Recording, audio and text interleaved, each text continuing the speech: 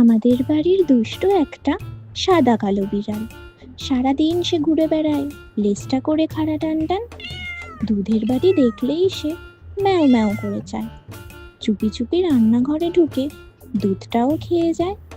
বাড়ির বাইরে থাকে আবার দুষ্টু একটা কুকুর। বিড়ালটাকে দেখলেই সে করে ঘেউ ঘেউ সুর। বিড়াল তখন লাফ দিয়ে উঠে যায় উঁচু দেওয়ালে। কুকুরটা দাঁড়িয়ে থাকে তাকিয়ে শুধু হালে। একদিন হলো মজার ঘটনা। দুপুরবেলার পরে বিড়াল কুকুর পাশাপাশি বসে রোদ পোহায় ঘরে।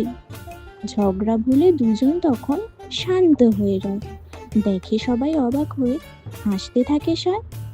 শেষে দেখি বিড়াল বলে, ম্যাও ম্যাও, আজ আর ঝগড়া নয়। কুকুর বলে, ও বন্ধু হলে মন্দ কি তাতে হয়? তারপর থেকে দুজন মিলে খেলে সারাদিন। দুষ্টু হলেও বন্ধুত্বে ভরে ওঠে দিন।